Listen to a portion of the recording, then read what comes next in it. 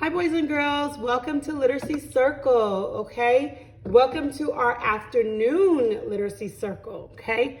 Today, boys and girls, we're going to reread Little Red, okay? So, boys and girls, we have a vocabulary word, sensations, and I want to define it for you. Sensations are our body's reaction to things like the feeling of cold when we touch ice, or the feelings of excitement when a friend is coming over to play, okay? In my case, excitement when my mom comes to visit me and cook for me. So I'm going to reread Little Red, okay? And I want you to listen very carefully as I reread it, okay? Because there's some questions and some discussions that we're going to be talking about and answering, okay? Little Red, retold by Pam Shriller, okay? And illustrated by Diana Magnuson.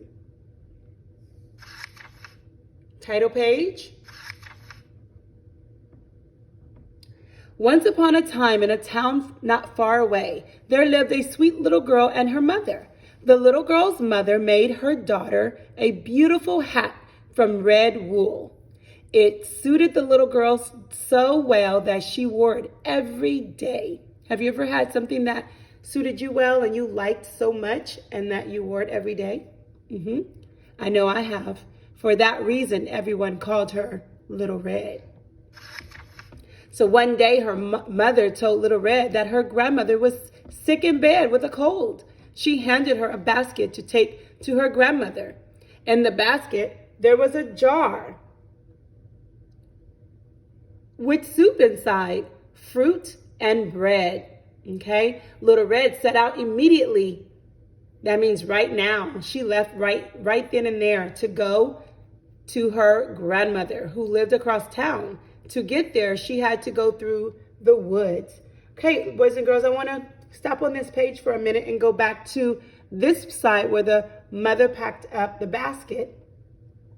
So I want to discuss how Little Red and her mother wanted to send grandmother a basket of food so that she would know that she was loved and cared, and that they cared about her, especially her being sick, with her being sick. It was a wish you well gesture, you know, the wish you well song, just like we sing. So boys and girls, I have a question for you. How do the family members, the members in your family or of your family, show they care about each other? Okay? So again, how do the members of your family show that they care about each other? I know for my family, I show that I care about my family. I cook them special meals that I know that they like. If I'm out and I know that they're at home, you know, I'll stop and get my daughter's favorite food from Cheddar's or from Chick-fil-A, okay? I know what my husband likes, so that then I will, if I see something and I'm at the mall, and so I'll buy it for him and bring it for him.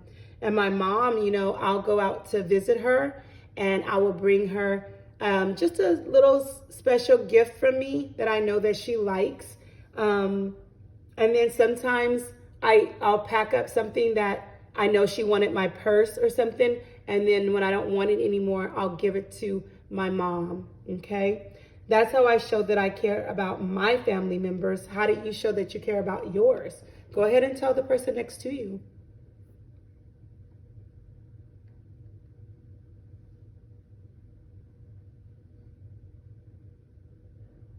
Okay, that's right. Okay, so now I have another question.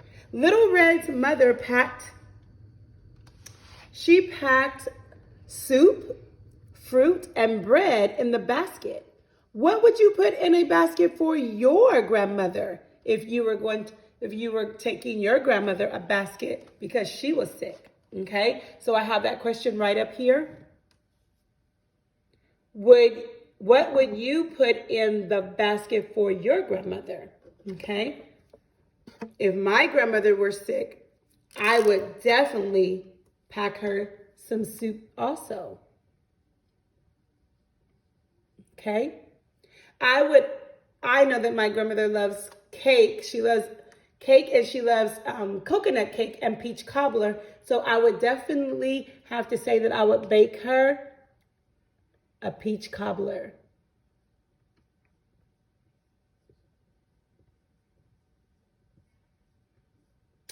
And also my grandmother loved to drink sweet tea. So I would definitely pack her some sweet tea. Okay, that's what I would pack for my grandmother. What would you pack for your grandmother if she was sick? Tell the person next to you. All right.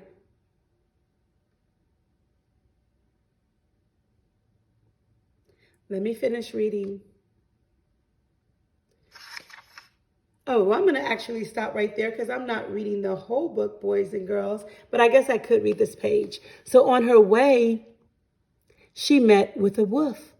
The wolf asked Little Red where she was going.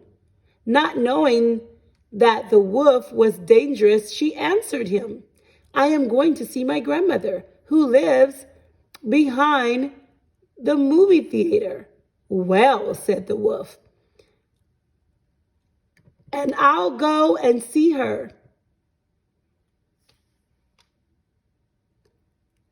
I'll go and see her too. I'll go this way, and you go that way. We will see who will get there first.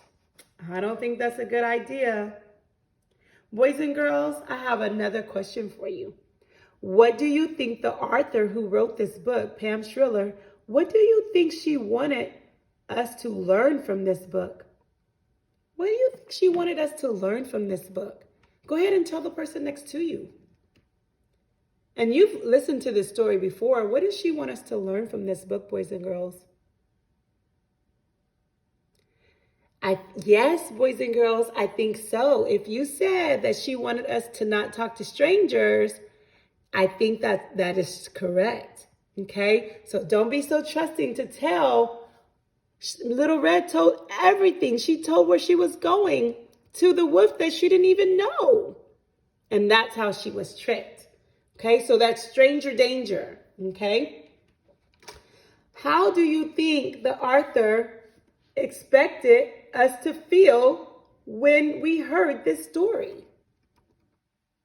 How do you think the author expected us to feel, or for you to feel, when you heard this story? Tell the person next to you.